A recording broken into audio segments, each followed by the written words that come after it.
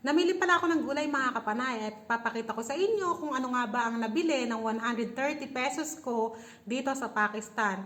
O pag sa rupees ay 640 rupees. Pag namili ka ng gulay, kung ano-ano nga bang gulay ang mabibili mo sa halagang 130 pesos.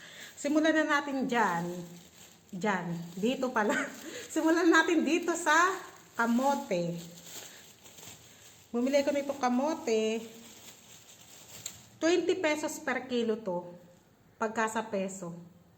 100 rupees per kilo te, kamote. Isang kilo lang ang binili ko. Pamprito-prito, ganyan. Yung malalaki binili ko para pamprito. Mahilig ako sa prito nito, eh. Tapos, isang pirasong repolyo. Itong repolyo, hindi ko natanong kung magkano. Basta kasi, nanguha lang ako ng gulay, tapos ibinigay ko sa tindero. Tapos, ayun, tama na ba? Sabi sa akin yung bus. Sabi sa akin ganun. Oo, sabi ko bus. O, tapos ayun, tinuwid niya lahat. O, sabi niya 640 rupees. Tapos itong isang pirasong repolyo. Pero itong repolyo, minsan 100 rupees yan. Minsan naman pagmura, 50 rupees lang. 10 pesos o 20 pesos. Ganyan ang halaga niyan. Tapos, nakakita ko ng gabi. May mga tubo-tubo na siya. O, gabi nga ba? Tubot parang iba ka sa itsura. Pero yung mga katabi niya naman, mukhang gabi talaga. Oh, ito, may mga tubo-tubo na siya. Kaya pumili ako ng 4 na piraso lang. Baka nga hindi na pinabayaran. Basta 4 na piraso. Ano ba yan? Sabi ng bayaw ko. Sabi ko, masarap to. Sabi ko, kasi itatanim ko siya. Kasi nga, di ba yung puno nito, yung katawan ang sarap niyan pagka niluto mo ng maasim. Yung dahon din na igagata, di ba? Pero ang gusto ko talaga dyan, yung katawan na pagka iniluto mo ng maasim-asim, tas may isda. Naku, sobrang sarap niyan mga kapanay.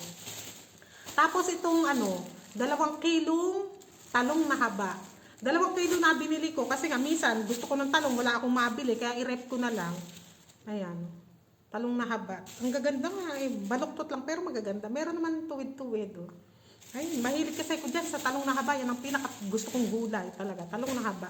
Tapos syempre nakakita rin ako nitong, ito kasi gusto kong patola, yung may guhit ba sa na patola. Kasi yung mga ibang patola, di ba, yung parang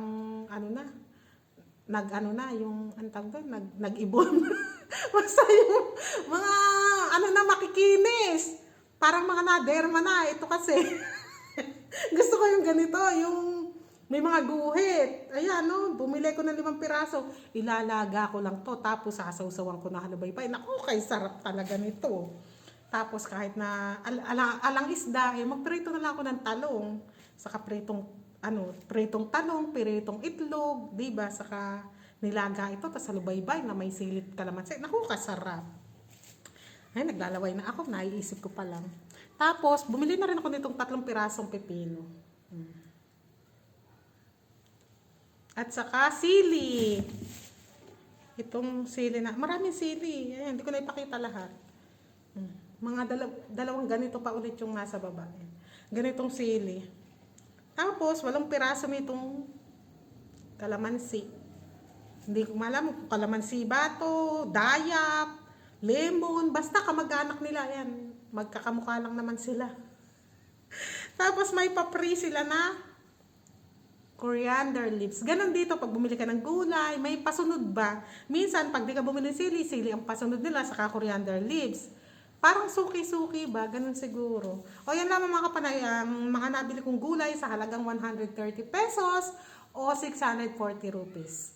Yan lamang mga kapanay. Babu!